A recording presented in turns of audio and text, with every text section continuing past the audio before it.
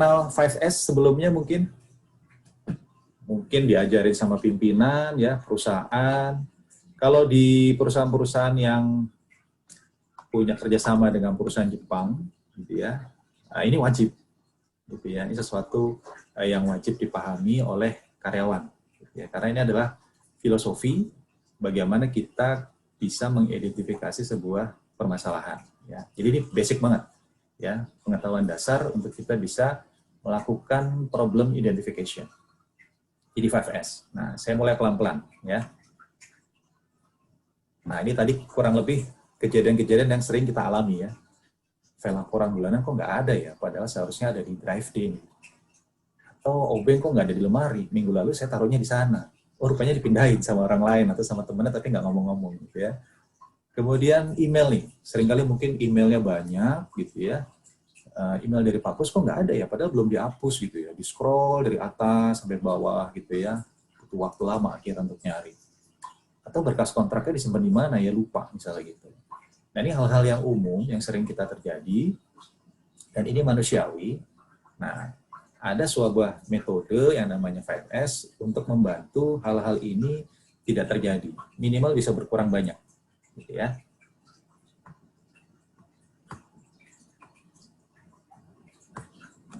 Ya, 5S yang pertama, saya mulai dari yang namanya seri.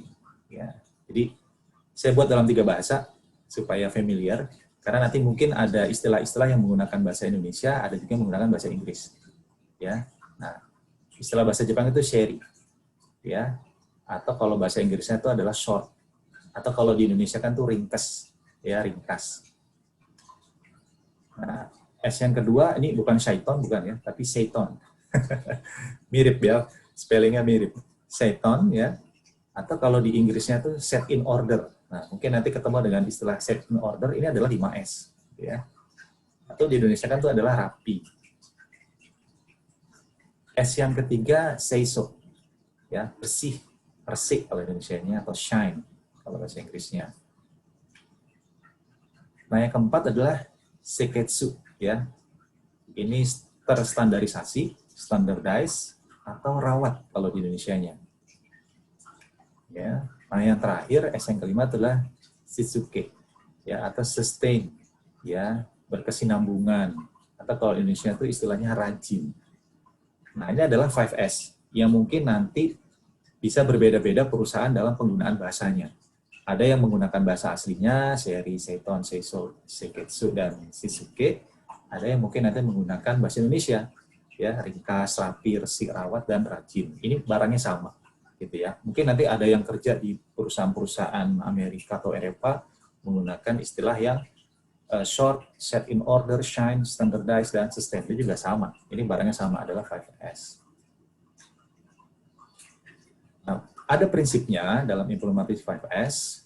Ya. Jadi yang pertama, lakukan yang namanya seri, ya, ringkas, seiton, ya, rapi, kemudian seiso, bersih. Nah, ini adalah aktivitas utamanya, core-nya. Ya, jadi supaya ringkas, ya, barang-barang, alat-alat di area kerja kita, kemudian nggak cukup ringkas, harus rapi, yaitu seiton, nggak cukup rapi, tapi dia juga harus bersih, nggak boleh kotor area kerja kita, yaitu seiso.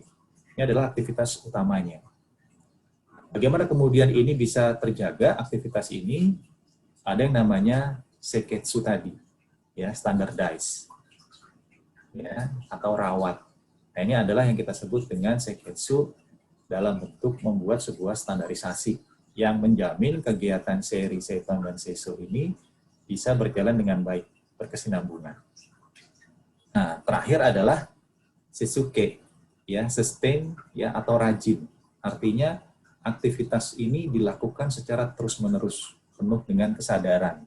Nggak perlu diancam-ancam gitu ya, nggak perlu didorong-dorong, diingetin terus, tapi ini sudah menjadi sebuah mindset, ya. Jadi setiap pagi misalnya, sama nanti setelah saya bekerja, aktivitas 5S ini dilakukan.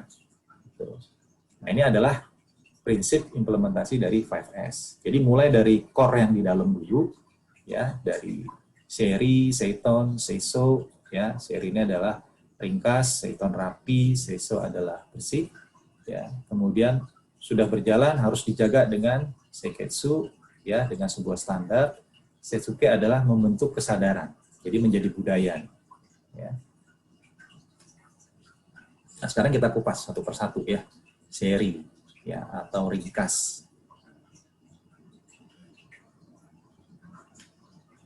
Nah, pada prinsipnya aktivitas seri ini adalah menyingkirkan ya, memilah-milah setiap barang yang tidak diperlukan di area kerja kita. Nah, jadi misalnya kalau di area kerja kita tuh ada 10 tools ya, atau ada 30 dokumen, apa iya sih? Itu semua memang harus ada di area kerja kita atau di meja kita. Nah, aktivitas seri adalah melakukan milah-memilah, menyingkirkan setiap barang yang tidak diperlukan dari area kerja. Nah, ada fakta yang menarik bahwa kemampuan memilah menunjukkan pengetahuan dan level skill seseorang. Jadi Bapak Ibu, teman-teman semua, kalau punya kemampuan untuk memilah-milah barang di area kerjanya dengan baik dan benar, maka itu menunjukkan pemahaman Bapak Ibu terhadap flow proses di area kerjanya. Dan semakin detail, semakin lengkap pemahamannya, maka dia akan punya kemampuan dan keyakinan untuk memilah-milah dengan baik. Ya, jadi artinya, oh barang ini saya nggak perluin, barang ini saya masih perlu. Dokumen ini simpan aja deh di lemari, nggak usah ada di meja, misalnya gitu. Ya, nah itu bisa melakukan itu dengan baik kalau punya kemampuan pemahaman terhadap bisnis prosesnya dengan detail dan baik. Ya. Nah, ini misalnya contohnya nih, ada nggak meja kerjanya kayak gini gitu ya? Mungkin masih ada ya, saya dulu juga kayak gini meja kerjanya. Jadi laptop sampai 2 gitu ya, ada laptop, ada PC, kemudian juga dokumen tersebar nggak karuan di mana-mana gitu ya. Ini ada kotak-kotak, ada snack kadang-kadang gitu ya. Nah ini disebutnya tidak ringkas, ya, tidak ringkas. Karena bisa jadi dari sekian banyak ini mungkin yang kepake hanya 30%-nya gitu ya, atau hanya 40%-nya. Mungkin laptop sebenarnya yang dipakai, ya, PC dimatikan aja, ya, atau mungkin PC ditaruh di belakang, gitu ya.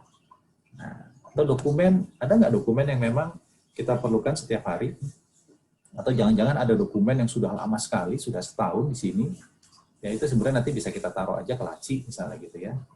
Nah, kemampuan untuk memilah-milah itu harus didukung dengan pemahaman bisnis proses area kerja dengan sangat baik.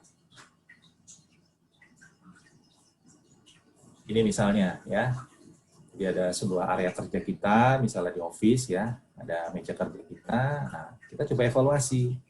Ya, apakah sticky note ini yang mungkin sebagai reminder ya kita perlukan ditempel-tempel ini masih dipakai nggak sih? Masih relevan nggak? Atau ini udah kadaluarsa gitu. Nah, ini dicabut, dihilangin. Kemudian item-item yang sering kita pakai, pastikan ini mudah untuk dijangkau. Jadi tidak ada pemborosan dari gerakan. Ya, pemborosan dari gerakan. Jadi kita nggak perlu jauh-jauh, ya nggak perlu lama mencarinya. Nah, item-item yang memang sering sekali kita pakai, nah itu dekatkan ya, supaya mudah dijangkau. Kemudian hal-hal yang penting itu juga sesuatu yang mudah untuk dilihat. Ya.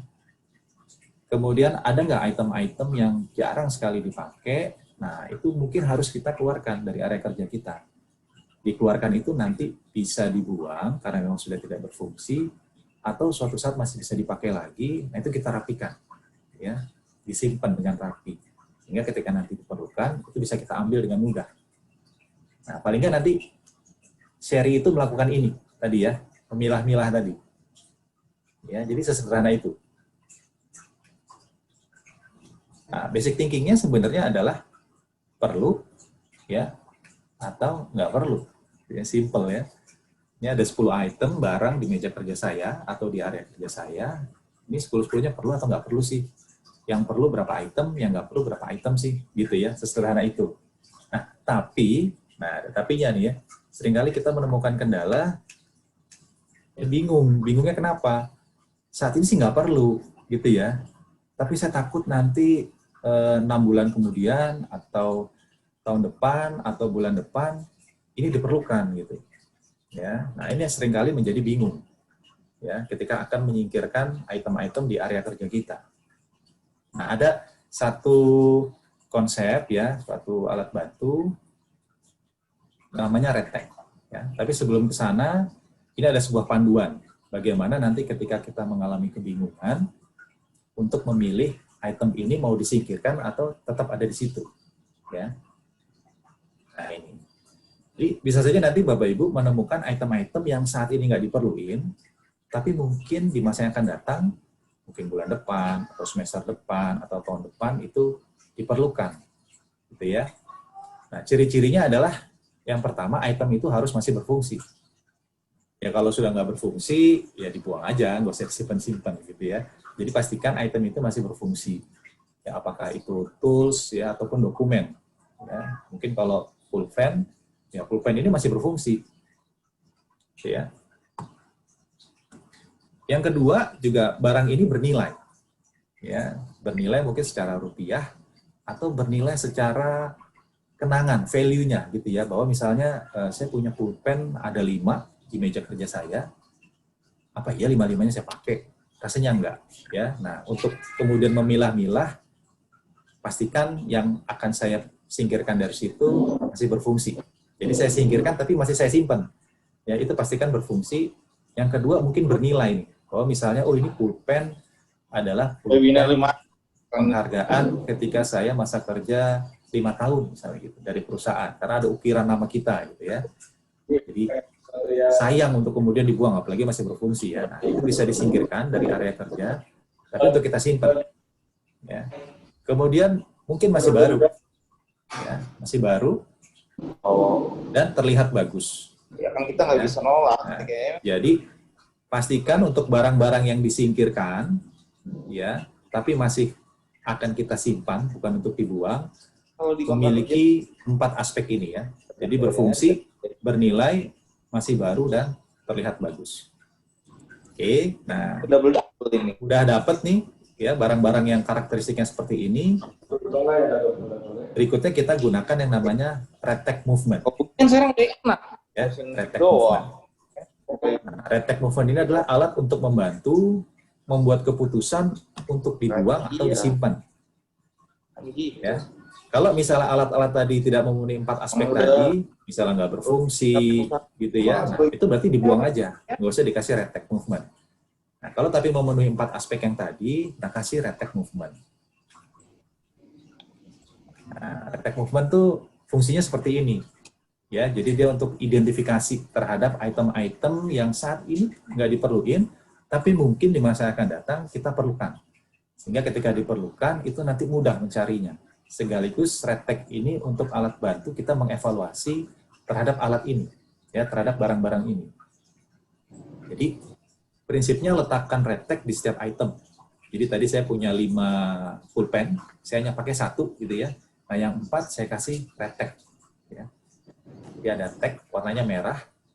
Nah, kemudian ini saya singkirkan, saya kelompokkan, saya taruh di dalam sebuah laci atau kardus gitu ya. Nah, kemudian setiap kali saya pakai, ini red tag-nya saya copot. Gitu ya. Saya copot. Nah, setiap bulan nanti lakukan evaluasi, Bapak Ibu. Ya. Pulpen mana yang masih ada red tag-nya? Ya. Pulpen mana yang kemudian sudah tercopot red tag-nya? Nah, ini nanti untuk kita evaluasi lagi. Oh, mungkin ini memang barang-barang yang udahlah kita taruh di lemari aja di belakang. Nggak usah di laci, misalnya gitu ya. Jadi ini memang udah jarang banget kita pakai, ya, kita ambil.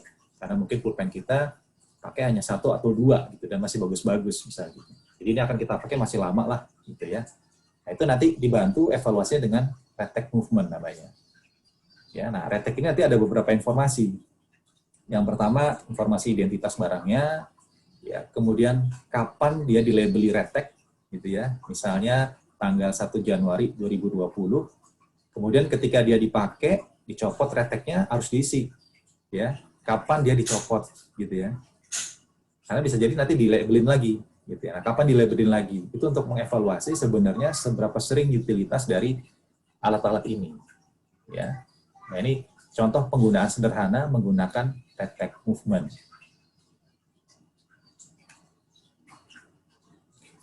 Nah, share ini juga ada hambatan-hambatannya ya. Kita juga sering mengalami hambatan di sharing ya. Yang pertama itu kita tidak mampu membedakan item-item apa yang diperlukan atau yang tidak diperlukan. Gitu ya. Emang masuk lampu BMA, emang lampu BMA yang ada di mesin itu?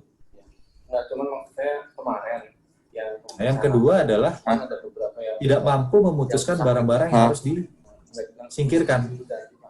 Nah, Saya kemarin nyuruh dua Muhyiddin cuma poin ngecek ini doang. disebabkan Otomatis karena dicek. kita tidak memahami Sebelum secara saya detail, emang saya Muhyiddin nggak secara suruh lengkap ganti. mengenai bisnis proses kita. Kalau saya cek doang, lalu di mana aja Ya. ntar yang gantiin? arahnya gitu sih Pak. Sebentar, ini ada suara yang masuk, saya coba. Berarti kalau ini sebenarnya bisa pakai WOPM ya? Kayak BMA Sugar ini. Bisa nggak? Atau harus saya minta lagi WO? Itu kan bisa kan? Sebenarnya pas PM itu kemarin. Pas PM kemarin itu. Bisa kan masuk kalau kayak gitu mah?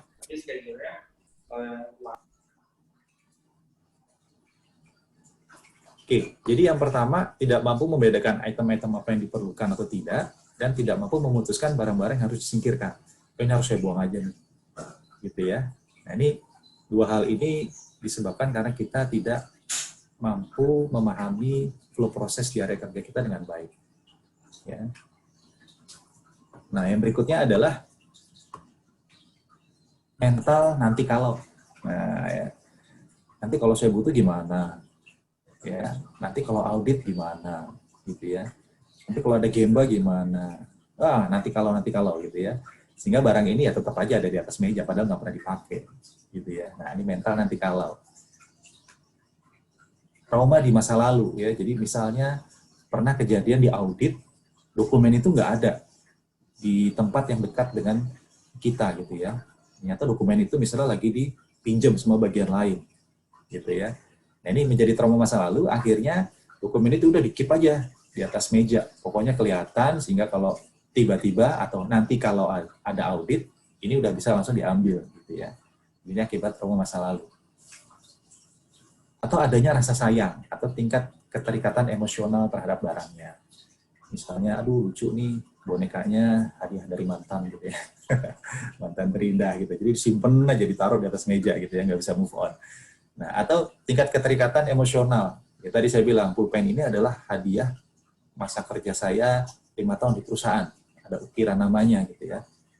Padahal belum dipakai gitu ya. Atau kita eman-eman gitu untuk pakai. Nah, itu sebaiknya ya disimpan aja gitu ya. Tidak dibuang tapi disimpan. Ya, dipisahkan dari area kerja kita. Jadi nggak memenuhi area kerja kita. Atau terlampau lama mengeksekusi item-item yang tidak diperlukan. Nah, ini adalah akibat poin-poin yang di atas nih. Akibat mental nanti kalau, ya, akibat tidak mampu membedakan, tidak mampu memutuskan barang-barang yang harus disingkirkan, trauma masa lalu, wah itu kemudian menjadi sesuatu yang memenuhi pikiran kita, akhirnya lama untuk mengeksekusi ya item-item yang tidak diperlukan. Ini adalah beberapa hambatan ketika kita melakukan sharing, ya, meringkaskan area kerja kita.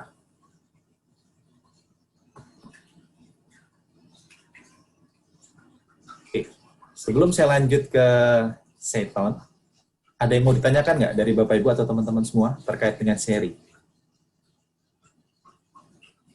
Boleh nulis di kolom chat, boleh unmute untuk langsung menyampaikan.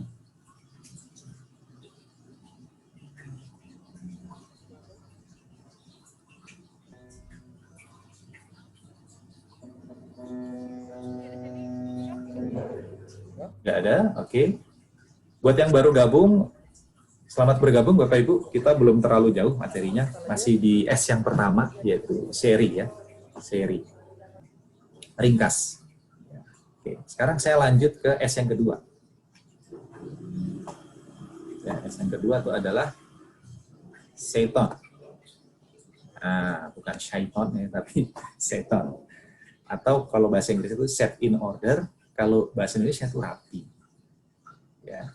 Jadi barang-barang di area kerja kita sudah tahu mana yang diperlukan, mana yang bisa dibuang, mana yang masih dipakai, tapi nanti dirapiin ya di luar area kerja kita. Nah, berikutnya itu harus dirapiin, gitu ya. Jadi barang-barang yang sudah kita tentukan harus ada di area kerja kita, jangan sampai berantakan. Ya harus rapi. Nah, ini adalah S yang kedua, Seton. Ya, jadi Seton itu adalah menyimpan barang di tempat yang tepat dengan tata letak yang benar. Sehingga tidak ada proses untuk pencarian ya terhadap item ketika dibutuhkan, gitu ya. Ketika saya perlu staples, saya udah tahu ngambilnya di mana, di laci yang atas, di tengah, atau yang bawah misalnya gitu. Saya udah tahu, gitu ya. Karena saya yang menata sendiri ya, sehingga saya paham betul itu nanti ada di mana tempatnya, ya. Atau mungkin ada labelnya, sehingga itu memudahkan saya untuk mencari. Jadi nggak terlalu berlama-lama mencari barang yang kita perlukan. Gitu ya. Begitu juga dengan tools, misalnya teman-teman yang di pabrik nih, operator-operator ya, kita yang bersinggungan dengan mesin ya, kita perlu tools banyak di situ. Bayangkan itu bisa ratusan tools yang kita pakai dalam satu hari. Nah itu kalau tidak dirapikan ya, ditempatkan tata letaknya dengan benar, akan kesulitan nanti ketika mencari. Nah, basic thinking-nya adalah effective layout. Ya, karena merapikan ini terkait dengan penempatan-penempatan, labeling ya supaya rapi. Effective layout. Harus effective layout-nya sehingga tidak ada proses pencarian. Atau pencariannya itu minim sekali gitu. Kita nggak berlama-lama nyari dokumen, nggak berlama-lama nyari file, ya, nyari email, nyari report ya, apapun itu kita nggak berlama-lama karena kita udah tahu ini ditaruhnya di mana. Nah, jadi misalnya setelah aktivitas seri, ya, meringkaskan, memilah-milah, ya, nah, muncullah item-item ini yang kita perlukan, gitu ya, di area kerja kita. Nah, cuma kan kita nggak mau ini berantakan, ya, akan susah juga nanti kalau penempatannya seperti ini ditumpuk-tumpuk aja. Nah, ini akan susah nanti pada saat kita membutuhkan untuk mencari-cari. Ya ini hanya sedikit, bayangkan kalau sampai puluhan atau ratusan tools ditumpuk gitu aja, akan susah sekali. Nah, aktivitas berikutnya maka adalah settle, dirapikan gitu ya. Di kelompok-kelompokin misalnya, oh ini kelompoknya obeng, mulai dari yang berapa inch sampai berapa inch gitu ya ukurannya, ini kelompoknya tang dan segala macam. Nah, itu adalah aktivitas merapikan, settle. Nah, ini juga misalnya nih, kalau yang di dunia kesehatan, kedokteran, kita sering lihat ya, mungkin di film-film atau pernah melihat langsung gitu ya di ruang operasi bagaimana dokter dan perawat itu menata gitu ya alat operasi atau alat bedah sangat rapi, yang berjejer pisau-pisaunya ya, itu sebenarnya aktivitas seton ya, aktivitas merapikan ya, sehingga ketika akan melakukan operasi itu prosesnya akan sangat efektif. Dia tahu ketika butuh pisau yang ukuran sekian ya untuk sobekan di awal, itu dia ambilnya dari sisi yang sebelah mana. Ketika harus membutuhkan pisau yang lebih tajam, lebih besar, untuk sobekan yang lebih besar lagi, lebih dalam, dia tahu harus mengambilnya dari mana. Bayangkan kalau alat-alat operasi ini diletakkannya bertumpuk gitu ya, atau nggak rapi. Habis waktu itu. Ya, di ruang operasi habis waktu, ya kalau ada pendarahan bisa nggak tertolong gitu ya. Jadi ini aktivitas yang sangat penting. Ya, bahkan di beberapa profesi ini sangat krusial. Nah, ini kalau di pabrik ya. Jadi ratusan tools itu dirapikan layout-nya ya dengan cara misalnya seperti ini. Jadi kita tahu nih ketika mau ngambil kelompoknya tang, oh tang itu ada di tengah gitu ya. Di tengah. Nanti mungkin bisa ditambahkan labelnya, ini tang ukuran berapa, ukuran berapa, ukuran berapa untuk memudahkan.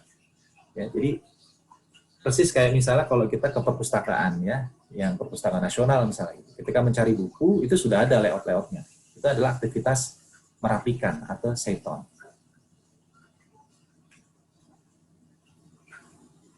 Nah, ini ada fakta yang menarik ya. Jadi misalnya Bapak Ibu ketika meminta sesuatu diambilkan gitu ya, tolong dong ambilin obeng gitu ya, atau tolong ambilin laporan saya mengenai laporan bulanan bulan lalu gitu ya, atau tolong dong cariin file laporan tahunan misalnya gitu ya, ke tim gitu ya, atau kita sendiri nih misalnya yang melakukan pencarian, itu kira-kira kita pernah nunggu berapa lama sih?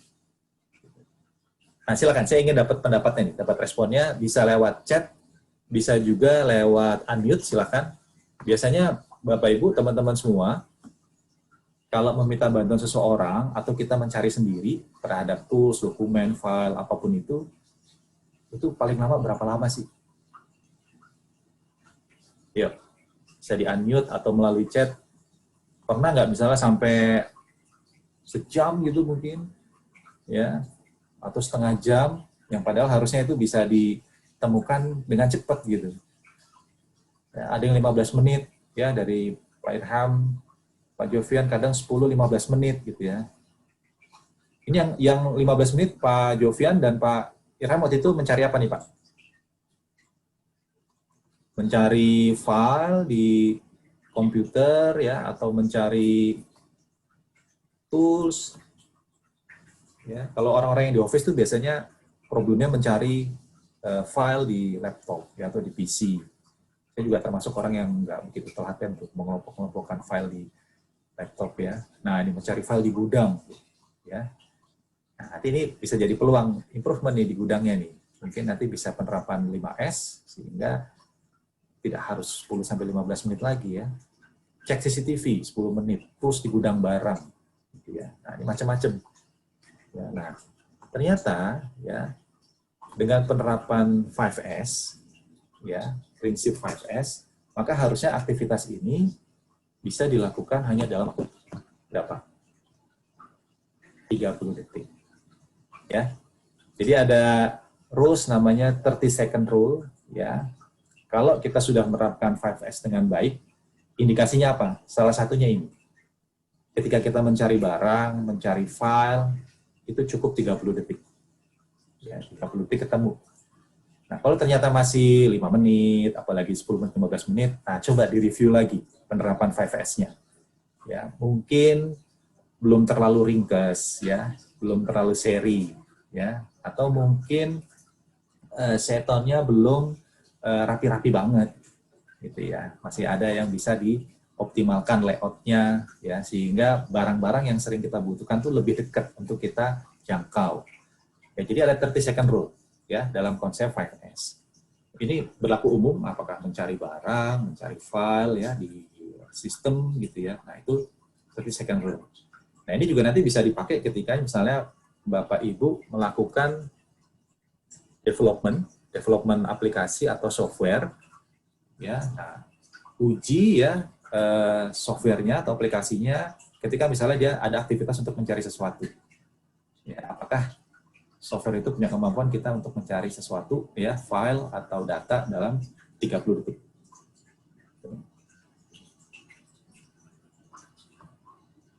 Oke, sebelum saya lanjut ke S berikutnya, ada yang mau ditanyakan terkait dengan S sebelumnya, yaitu seri, ringkas, ya, atau seton, rapi. Silakan ya, kalau ada yang mau ditanyakan.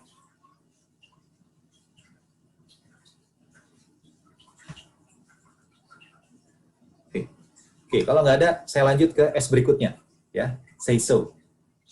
Say so ini kalau dalam bahasa Inggrisnya adalah shine, ya, atau Indonesia itu resik, bersih, gitu ya. Nah, definisinya adalah menjaga dan memastikan tempat kerja yang bersih dan rapi. Jadi tempat kerja kita sudah ringkas, ya, artinya barang-barangnya itu sudah dipilah-pilah, yang memang ada di sekitar area kerja kita itu memang kita perlukan. Ya, kemudian sudah dirapiin, ya, layout-layoutnya ya mudah dijangkau, sudah dirapikan semua, dikelompok-kelompokin, ya, tapi kotor, tapi kotor, berdebu, ya, mungkin kalau yang di pabrik ada bekas-bekas olinya, lengket, ya, yang di meja kerja di office juga mungkin lengket bekas tumbahan makanan belum dibersihin misalnya gitu ya. Nah, ini juga menjadi harus perhatian kita, ya. Say so yang berikutnya itu adalah kebersihan. Ya, jadi aktivitas bersih-bersih atau pembersihan itu adalah aktivitas untuk melakukan inspeksi, gitu ya. Nah, ini basic thinking-nya ya. Jadi berkurangnya value sebuah item itu disebabkan karena kegagalan, itu disebut dengan kegagalan investasi. Ya, banyak kejadian, terutama di barang-barang yang memang seperti mesin gitu ya. Karena kita tidak bersih, ya, sehingga dia berdebu atau mungkin ada oli yang masuk situ ya, kotor, sehingga yang harusnya barang ini awet selama 10 tahun, kemudian menjadi hanya misalnya 5 tahun. Ya, itu berkurangnya value menyebabkan itu adalah sebuah kegagalan investasi. Ya, kenapa? Karena kita tidak melakukan S yang ketiga, yaitu say so. ya, bersih-bersih. Ya, terkait dengan area kerja kita. Jadi kalau kita pegang mesin, pastikan mesin itu selain ringkes, rapi ya harus bersih. Ya, supaya value-nya terus terjaga. Ya, yang kalau dia punya standar misalnya mesin ini umurnya 50 tahun, ya 50 tahun. Jangan sampai malah terdepresiasi dengan cepat, performance-nya hanya menjadi misalnya 30 tahun. Sama pulpen, mungkin kalau lingkungan kerja kita kotor, akhirnya debu masuk ke sana, akhirnya macet, misalnya gitu ya. Sehingga yang pulpen masih penuh tapi udah nggak bisa dipakai, misalnya gitu. Jadi season juga sangat penting. Nah, di beberapa profesi kayak misalnya di dunia kesehatan ini juga menjadi sangat penting, sangat urgent ya. Misalnya tadi di ruang operasi itu harus bersih. Pisau-pisau tadi, alat bedah tadi atau alat periksa itu harus bersih, nggak cuma sekedar rapi, tapi dia bersih. Ya, karena fatal kalau alat-alat tadi kemudian kotor bisa menyebabkan infeksi misalnya gitu ya, penyakit ke pasien yang sedang ditangani. Ya. Nah ini misalnya. Ini kalau kita lihat sekilas, tempat kerjanya sudah ringkes ya, sudah rapi. Tapi sayangnya dia nggak bersih, gitu ya. Jadi mungkin habis minum, digeletakin begini aja ya, ini ada bekas tisu, mungkin di sini ada kuman-kumannya, ini ada bekas remah-remahan snack, makanan, gitu ya. Nah ini tidak memenuhi S yang ketiga, ya, seiso.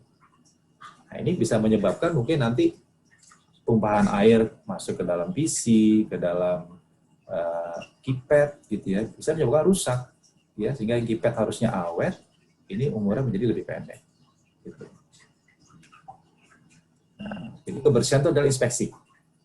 Ya, jadi misalnya Bapak Ibu yang punya kendaraan di rumah, saya menganjurkan mungkin kalau kendaraannya dicuci setiap minggu, jadi paling nggak sebulan 4 kali itu ya dicuci.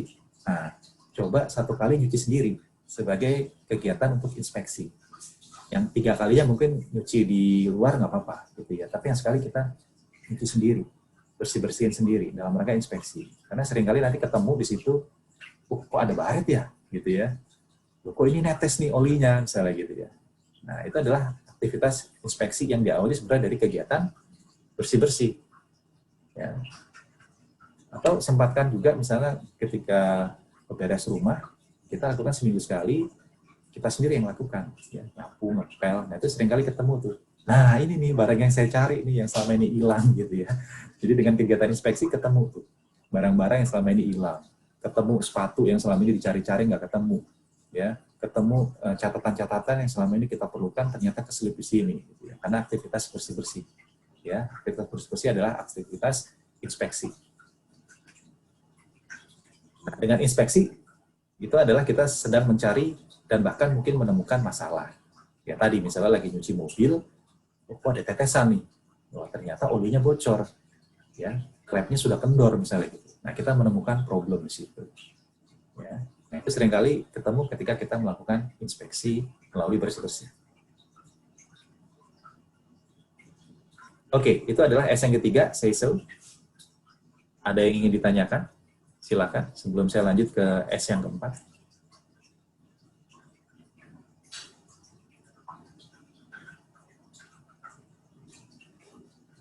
Tidak ada.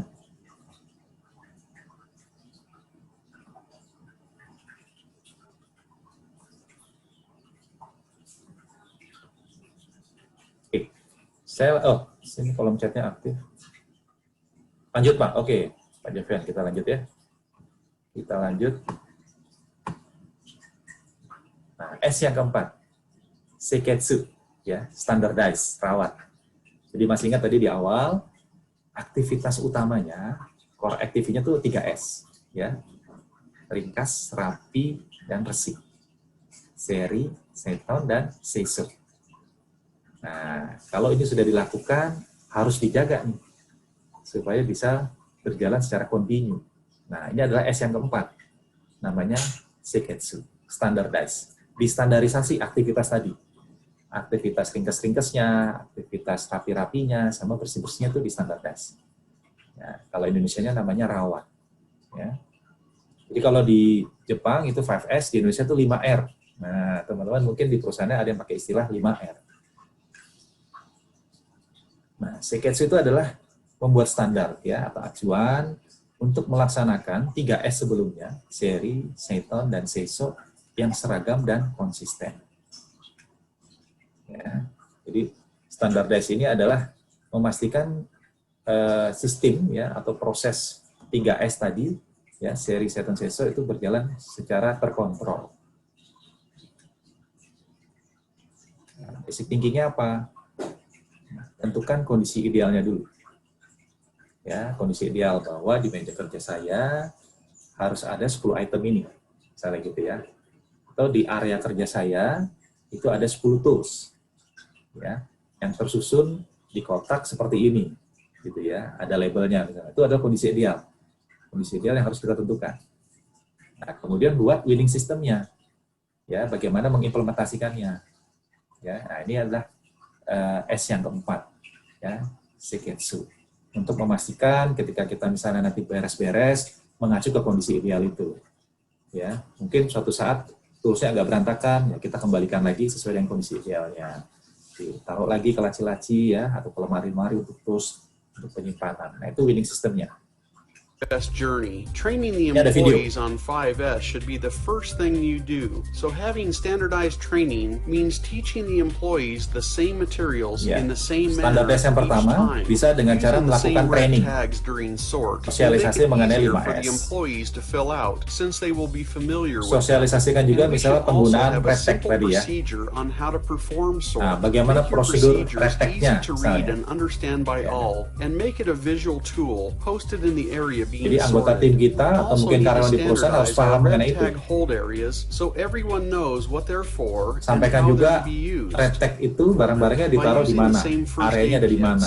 Sehingga ketika ada orang lain melihat ini, dia tahu bahwa ini adalah tempat penyimpanan. And fire extinguishers the same Nah, way, termasuk ke so it is clear to everyone where they beberapa are. peralatan terkait Standardizing dengan the keamanan dan packaging keselamatan. materials we use to transport Ya. product through our plant will make it simpler for our employees Misalnya to di mana use, ditaruhnya and di it will offer steamizer, the ya best kalau terjadi protection for kebakaran our kita tahu product. harus ngambilnya di We mana. can standardize the way we store our tools. This way, when employees work in different areas, they will be totally familiar with where to find the Nah, items they ini toolsnya need. dirapikan. And having standardized visual instructions posted will give employees the information they need when they need it.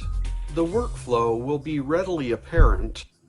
Ya, itu ya, beberapa standardized untuk memastikan 3S, seri, seton, dan seso itu bisa berjalan dengan baik. Jadi ada kegiatan training, ya, sosialisasi, mengenai red tag movement itu apa, bagaimana penggunaannya, gitu ya. Kemudian alokasi barang-barang yang ada red tag movement itu ada di mana, ya, sehingga nanti ada orang lain yang melihat, melakukan audit, misalnya dia paham, oh ini memang untuk penempatan red tag movement yang sifatnya sementara, misalnya gitu. Oke, kita udah sampai di 4S. Sampai sini ada yang mau ditanyakan sebelum ke S yang terakhir?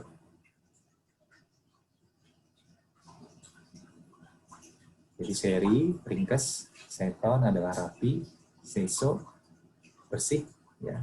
Seiketsu adalah standardized. Oke, kita lanjut ya. Kita lanjut. S yang terakhir. Shitsuke. Nah, ya, Shitsuke atau kalau bahasa Inggrisnya sustain. Ya, bahasa Indonesianya rajin. Ya, ini dari Pak Yoga yang susah konsistensinya, Pak. Betul, Pak. Betul. Makanya ada S yang terakhir yaitu Shitsuke. Ya, bagaimana memastikan konsistensi. Ya, istilahnya ini sustain ya atau rajin. Jadi kita memang semangat melakukan 5S ini semangat, bukan karena keterpaksaan. Karena memang kita rajin, sehingga kita rajin gitu ya. Nah, itu harus dijaga di S yang kelima, Shitsuke ini ya. Ya, jadi S yang kelima, nah ini penekanannya di sini ya, membudayakan, ya, membudayakan 4S yang pertama dengan baik dan benar sesuai aturan yang berlaku. Ya, nah, pekerjaannya memang nggak gampang, membudayakan tuh bukan pekerjaan sehari, 2 hari, sebulan, 12 tahun, 2 tahun ya. Ini bisa pekerjaan sepanjang masa perusahaan itu, gitu ya. Muncul karyawan baru lagi kita rekrut ya harus dibina lagi ya, disosialisasikan lagi, di training lagi, dibudayakan, diinternalisasikan gitu ya. Nah, ini adalah S yang kelima. Shitsuke, ya. Nah, di aktivitas perorangan yang bertanggung jawab terhadap tim. Jadi kalau kesadaran perorangan itu sudah muncul sehingga dia rajin, nah, sehingga ini akan punya tanggung jawab yang sangat baik terhadap timnya. Karena kan kita bekerja di perusahaan seringkali itu terlibat dalam beberapa kelompok gitu ya, tim. Sehingga ini harus dibentuk kesadaran dari masing-masing orang. Nah, ini adalah basic thinking-nya ya. Disiplin individu adalah hasil sebuah kerja tim. Ya, jadi performance tim yang baik itu dihasilkan dari individu-individu yang baik. Ya. Nah, basic thinking yang kedua adalah motivasi individu sama dengan target dari tim. Ya. Jadi apa yang dilakukan oleh individu itu harus align, harus selaras dengan target dari timnya. Ya. Ini adalah basic thinking dari Shitsuke. Misalnya di sebuah area kerja, ya pastikan bahwa secara target dari seksi itu ya atau dari tempat kerja itu ya salah satunya adalah kebersihan. Sehingga ini akan mendorong individu-individu itu juga mempunyai motivasi ya secara pribadi untuk menjaga kebersihan. Paling nggak punya tanggung jawab terhadap meja kerjanya, punya tanggung jawab terhadap mesin yang dia handle gitu ya. Sehingga secara keseluruhan, misalnya di satu tempat kerja ada 10 mesin, ya 10-10-nya bersih gitu ya. Nah, salah satu aktivitas yang bisa dilakukan untuk menumbuhkan sustainability ya, Shitsuke tadi adalah dengan sosialisasi, dengan campaign-campaign ya, ini sebagai reminder terus nih. Ini misalnya contoh campaign 5S di Singapura Productivity Board gitu ya. Mereka juga bikin gitu, ini tempel ya di sudut-sudut yang mudah dilihat, yang sudut-sudut di mana orang itu berkumpul banyak di sana sehingga dia bisa membaca. Ya, ini contoh yang di Indonesia nih, di RSUD Dr. Sarjito. Ya, rumah sakit juga adalah yang paling concern terhadap implementasi 5S. Ya. Karena memang secara pekerjaan dan profesi menuntut 5S ini harus diimplementasikan secara konsisten. Ya. Rumah sakit itu kan harus bersih pasti ya, harus rapi, ya, harus ringkes, ya, dengan memudahkan untuk beraktivitas, bekerja, ya, dan harus sustain, ya, harus tersistem dan sustain untuk dijalankan oleh stakeholder-nya di sana. Nah, ini adalah contoh campaign-campaign ya dalam rangka membangun budaya. Nah, yang tidak kalah pentingnya juga ada 4 elemen ini yang harus dilakukan ketika melakukan Shitsuke. Ya, yang pertama harus ada aktivitas monitoring dari perusahaan. Mungkin nanti dibentuk komite 5S atau 5R. Ya, secara periodik nanti dia melakukan gemba, kunjungan ke area kerja, dia monitor bagaimana implementasi 5S atau 5R-nya, gitu ya. Nah, dari hasil audit itu, dari hasil gemba ada evaluasi, ya sejauh mana sih penyimpangan yang terjadi, ya, dievaluasi. Ya, dievaluasi kenapa menyimpang, oh ternyata banyak yang belum tersosialisasi misalnya ya, oh banyak yang belum paham bagaimana teknik-teknik menjalankan 5S atau 5R, nah itu nanti harus dapat evaluasinya. Sehingga dari evaluasi itu nanti dilakukan improvement, perbaikan-perbaikan. Nah, banyak juga perusahaan itu yang sudah memasukkan 5R dan 5S itu menjadi salah satu kriteria improvement di perusahaan. Ya. Di kompetisi-kompetisi nasional ataupun di perusahaan itu juga udah ada yang memasukkan kriteria 5R dan 5S. Ini juga dalam rangka membangun budaya. Ya, jadi apa yang mereka lakukan terkait dengan 5S itu ada sistematikanya, gitu ya, dan itu dievaluasi dan itu diapresiasi. Nah, yang terakhir harapannya itu semua nanti jadi budaya. Ya, sudah dilakukan monitoring, evaluasi, improvement secara berkesinambungan terus-menerus, ya. Tidak hanya melibatkan operator ya atau pekerja-pekerja di lapangan, tapi ini juga dilakukan oleh pimpinan-pimpinan sebagai bentuk komitmen dan kepedulian terhadap 5R atau 5S. Nah, ini harapannya nanti bisa membentuk menjadi sebuah budaya. Nah, sehingga ada fakta yang menarik terkait 5S ya. Jadi yang pertama, suasana bekerja akan bertambah nyaman kalau kita menjalankan 5S. Ya, tentu ya, lebih bersih, rapi, ya, ringkes juga, nggak terlalu banyak item di area kerja kita. Gitu ya. Kemudian ternyata produktivitas bisa naik, ya, rata-rata 30-60%. breakdown mesin dapat ditekan sampai dengan 0 tadi ya, karena bersih lingkungan kerjanya, sehingga tidak ada debu-debu, kotoran-kotoran yang bisa masuk ke dalam mesin sehingga menurunkan performance-nya, sehingga kalau itu terganggu mesin produktivitas bisa turun, gitu ya. Jadi hubungannya ke sana. Bisa menurunkan reject juga, ya, sampai 50%. Ya tadi kalau mesinnya bagus, performance-nya, ya otomatis reject-nya juga bisa dijaga supaya tidak tinggi, gitu ya, memenuhi standarnya. No delay, ya. Nyari-nyari barang udah cepet gitu ya, 30 second rule tadi ya. Jadi insya Allah nggak ada delay-delay itu ya, nggak ada komplain-komplain dari next process kita atau dari customer. Oke, itu sharing saya pagi ini mengenai 5S. Ya, kita masih ada waktu 5 menit, sekitar 5 menit, ya, menuju jam 10. Mungkin ada yang mau ditanyakan atau ada yang mau didiskusikan, silakan Bapak Ibu. Terkait 5R, mungkin ada yang sudah pernah implementasi, ya ada kendala-kendalanya seperti apa, nggak apa-apa kita diskusikan.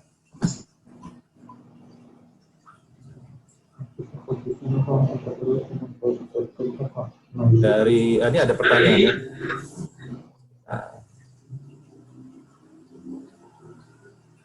Ada pertanyaan dari Pak Jovian ya. Ada contoh lain pemanfaatan RedTech nggak Pak? Dan apakah penggunaan RedTech itu wajib? Ya, wajib atau enggaknya tergantung Pak Jovian ketika melakukan pemilahan barang di area kerjanya. Ya, jadi tadi ketika kita bingung, ya, karena kan basic thinking-nya dari seri atau ringkes itu adalah memilahkan antara barang yang perlu atau nggak perlu.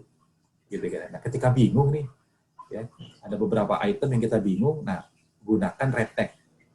Nah, tapi harus dievaluasi RedTech-nya ya, tadi harus memenuhi 4 aspek. Dia berfungsi, bernilai, gitu ya, kemudian baru, ya, dan masih punya fungsinya, gitu ya. Jadi kalau ternyata pada aktivitas seri tidak ada kebingungan, ya nggak usah gunakan RedTech. Nah, contoh lain pemanfaatan RedTech itu ya, misalnya ada apa? Kalau misalnya kita di bagian produksi ya, ada barang reject, ya, ada barang reject, katakanlah ada 10 barang. Nah, 10 barang ini, reject ini kan harus di-repair, ya, diputuskan nih harus di-repair, bukan untuk dibuang. Nah, tapi untuk di-repair, dia nunggu antrian di workshop, ya, nunggu antrian misalnya 3 hari. Nah, maka barang-barang ini bisa dikasih RedTech dulu. Jadi kita singkirkan dari area kerja kita, tapi barang ini masih akan diperlukan untuk di-repair 3 hari kemudian. Misalnya begitu. Itu ya Pak Jovian, mudah-mudahan menjawab. Oke. Silakan yang lain. Mungkin ada yang mau ditanyakan terkait 5S, 5R.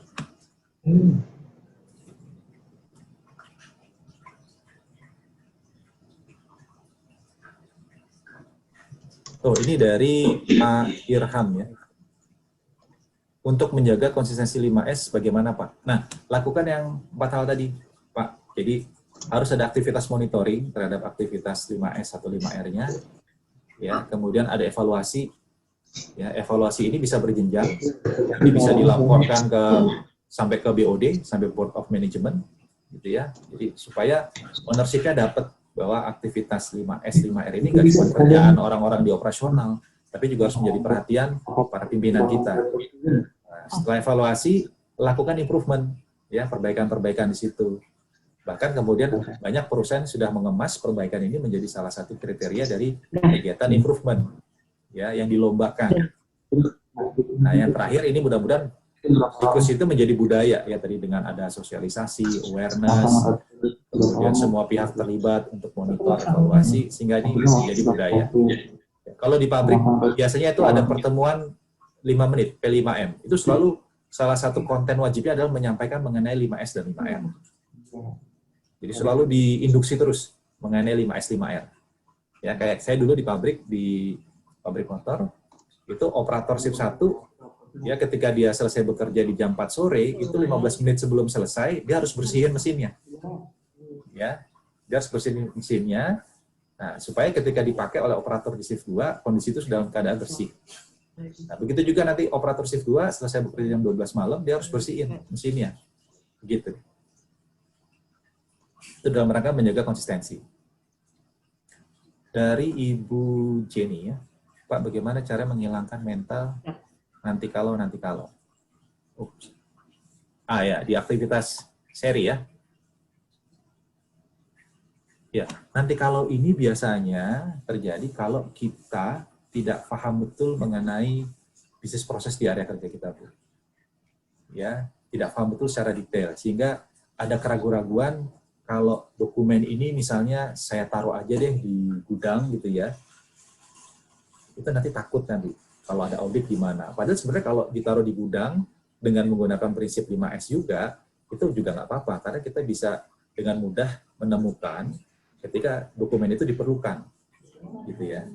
Nah, pengalaman saya adalah mental nanti kalau ini muncul karena tadi tidak paham betul mengenai bisnis proses di area kerjanya, atau ada trauma. Yang tadi, wah saya tahun lalu pas ada audit, nyari dokumen ini susahnya setengah mati, sampai akhirnya menjadi temuan, misalnya gitu. Ternyata begitu dicari dokumennya ada, harusnya nggak jadi temuan gitu. Jadi dia trauma, gitu ya. Nah, ini harus dicari tahu dulu kenapa gitu ya. Nah kalau dia memang karena trauma, nah ini harus disiapkan konsep 5S-nya. Jadi ketika dia harus menyingkirkan dokumen ini, tapi masih diperlukan, ya konsep 5S-nya tetap jalan, bahwa ini disingkirkan kemana harus jelas, kemudian cara menemukannya juga cepat, seperti second rule tadi, gitu ya, sehingga ini tidak menjadi kekhawatiran dan tidak menjadi mental nanti kalau. Gitu ya, Bu Jenny. Dari Pak J, Pak, bagaimana memfokuskan gudang yang kecil tetapi barang banyak? Apakah perlu dipasangkan retek? Jangka waktu retek berapa lama? Ya, salah satu tekniknya adalah bisa menggunakan retek. Ya, retek kemudian dilokalisir. Ya, jadi kasih space tertentu mungkin di sudutnya bahwa ini adalah barang-barang yang kena retek. Ya, itu cara kita untuk mengklasifikasi. Apakah jangka waktunya berapa lama? Secara teknis setiap bulan harus direview. Ya, setiap bulan harus direview. Karena bisa jadi dalam 1 bulan itu, oh ternyata ada yang dipakai nih mingguan, ada yang 2 mingguan gitu ya. Tapi barang-barang yang masih mengendap gitu ya, tidak terpakai selama 1 bulan, nah ini coba dipikirkan, dianalisa, bisa nggak dikeluarin dari gudang, misalnya gitu. Ya, ternyata udah sebulan ini nggak ada transaksi nih. Mungkin dia transaksinya 2 bulanan. Jadi setiap bulan direview secara teknis. Ya, tapi nanti tetap mengacu ke karakteristik barangnya. Karena memang ada beberapa barang di inventory itu yang dia untuk urgensitas. Gitu ya. Dia harus ada karena untuk mengatasi urgensitas. Nah, urgensitas ini kapan kan kita nggak tahu. Jadi kalau misalnya nanti ada, kayak misalnya ambil contoh distinguisher. Ya, alat pemadam itu tadi ya, alat pemadam yang bisa dipegang, distinguisher, itu kan pencegahan jika terjadi kondisi darurat. Tapi barang itu harus ada. Ya, harus ada. Apakah dipakai seminggu sekali, sebulan sekali, belum tentu. Bahkan belum tentu dipakai setahun sekali. Malah kita berharap itu nggak dipakai gitu kan ya. Karena kalau itu dipakai berarti ada musibah, ada kebakaran. Nah, nanti mesti dilihat karakteristik barangnya seperti apa. Gitu. Kalau distinguisher ya, misalnya dia harus ada di gudang, ya dia harus ada terus di situ. Hingga dilakukan pengecekan secara rutin, masih berfungsi nggak, gitu ya. Takutnya dia ada di sana tapi sudah tidak berfungsi, gitu ya, mampet atau karat dan sebagainya. Itu Pak J ya.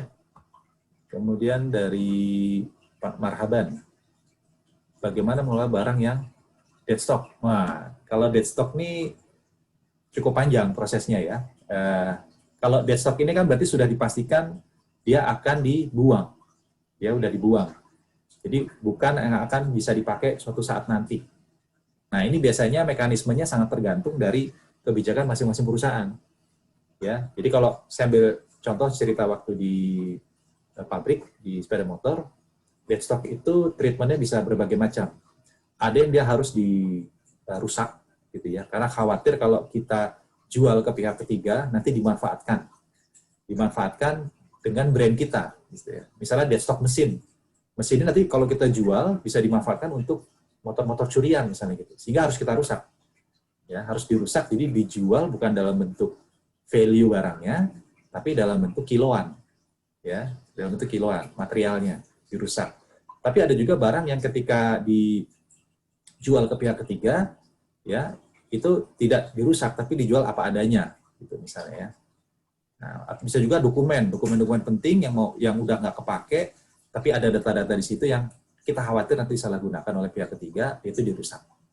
Jadi ini sangat tergantung nanti penanganan destock dari kebijakan perusahaan. Yang jelas destock itu harusnya barang yang sudah tidak akan dipakai. Bagaimana aturan TPS? TPS ini tempat pembuangan sementara mungkin ya. Tempat pembuangan sementara.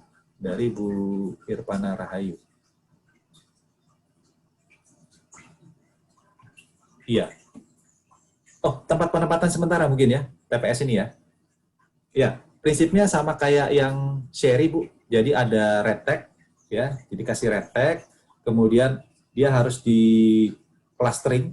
Jadi harus ada klasternya supaya orang bisa tahu bahwa ini memang barang-barang sementara penempatannya. Kemudian ada informasi di situ, ada penamaan. Jadi misalnya dikasih label bahwa ini tempat penempatan sementara, kemudian misalnya ada 10 item, nah item itu harus ditempelin dengan red tag. Gitu ya. Dia kapan terakhir ditempel red tag, gitu ya. Atau dia kapan pernah ditempel red tag, kemudian red tag-nya kapan pernah dicabut, kapan pernah ditempel lagi, gitu ya. Jadi red tag itu nanti akan ada historinya. Seperti itu. Tadi saya ambil contoh misalnya tempat penempatan sementara barang reject karena dia akan di-repair 3 hari kemudian.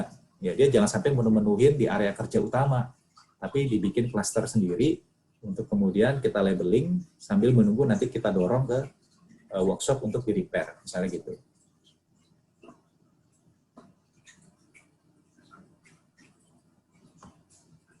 Oke, dari Bu Hirpana, apakah ada aturan mengenai identitas barang atau S2? Aturan baku nggak ada, identitas itu sangat umum gitu ya, jadi tergantung kebutuhan dari unit kerjanya, seberapa detail identitas barang itu harus di-labelkan gitu ya, itu sangat tergantung kebutuhan. Nah kalau S2 ini saya nggak tahu maksudnya tadi. Mungkin nanti Bu Hirpana bisa mendetailkan kembali. Kemudian dari Pak Aditya, boleh dibagi Pak tips untuk menjaga konsentrasi seluruh karyawan dalam menjalankan S kelima, rajin. Nah, tadi beberapa sudah saya sampaikan ya. Jadi, yang pertama, setiap pagi bikin pertemuan rutin 5-10 menit. Ya, mengenai awareness 5S. Ya, kemudian lakukan monitoring. Ya, dulu di tempat saya itu ada komite ya, ada petugas yang ditunjuk dan ini petugas ini bergantian. Jadi masa tugasnya setahun, nanti setahun kemudian di rolling lagi. Dia melakukan audit ya di unit kerjanya. Misalnya di satu divisi ya, setiap hari tertentu secara random dia akan melakukan audit. Ya.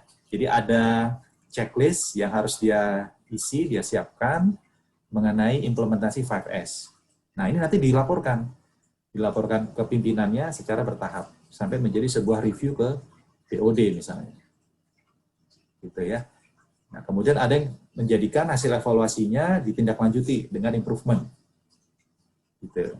Ya. Nah, kalau kita dulu ada Gemba tuh, ya, mulai dari level kepala seksi sampai direktur, ya, itu Gemba. Nah, fokus kita misalnya Gemba saat ini melihat red tag. Nah, seberapa banyak red tag yang muncul dan seberapa lama dia dilabelin red tag. Ya, jadi harus ada aktivitas-aktivitas monitoring, evaluasi, ya. Kemudian untuk membangun awareness, misalnya kita juga setiap hari Jumat ada namanya Jumat bersih-bersih, ya. Meja-meja yang belum rapi, ya, belum ringkes, ya, belum bersih, nah itu dirapiin, bersihin semua. Gitu. Ada waktu 1 jam, ya seperti itu. Nah itu mudah-mudahan bisa mendorong kerajinan, ya. Jadi memang rajin ini kan tidak semua orang punya kesadaran untuk secara mandiri rajin. Jadi harus dibikin sistemnya, mekanismenya, ya, untuk kemudian dia terbentuk menjadi seorang yang rajin. Kurang lebih gitu, Pak Aditya ya. Nah, mungkin nanti di tempat Pak Aditya bisa mengembangkan program-program yang lebih bagus lagi ya, yang kreatif.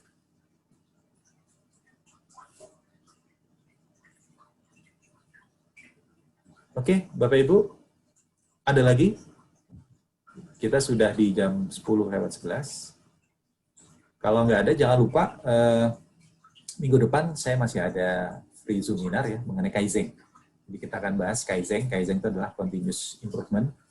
Bagaimana penerapan Kaizen, ya kita berangkat dari hal-hal yang sederhana dengan ide-ide yang sederhana tapi tepat guna. Kemudian bagaimana mengelola Kaizen-nya di perusahaan. Ya, kita akan bahas Jumat minggu depan. Baik, kalau nggak ada, saya akhiri webinar kita pagi ini. Mudah-mudahan bisa bermanfaat buat kita semua. Mohon maaf kalau ada hal-hal yang kurang berkenan. Atau nanti kalau masih ada yang ingin ditanyakan, kemudian baru teringat setelah sesi webinar ini, bisa email atau bisa kontak kami. Gitu ya. Kemarin kan saya sudah email tuh ya, melalui innovationconsulting@outlook.com, bisa mereply ke sana. Ya, atau ada nomor WA admin kami, bisa bertanya di situ. Insya Allah nanti kita jawab. Dan Bapak Ibu kalau ingin bergabung di grup kami punya grup Telegram Community of Practice. Jadi isinya orang-orang dari berbagai macam perusahaan. Topik yang kita bahas mengenai inovasi, metodologi, project management, bisnis model, bisnis proses ya. Kita sharing nanti di sana. Mungkin insight-insight, ada studi kasus yang bisa kita bahas dari perusahaan-perusahaan. Feel free, saya sangat berterima kasih kembali kalau Bapak Ibu mau join di sana. Oh, ada yang mau tanya lagi, Bu Hirpana. Oke, ini pertanyaan terakhir begitu ya. Silakan, Bu Hirpana.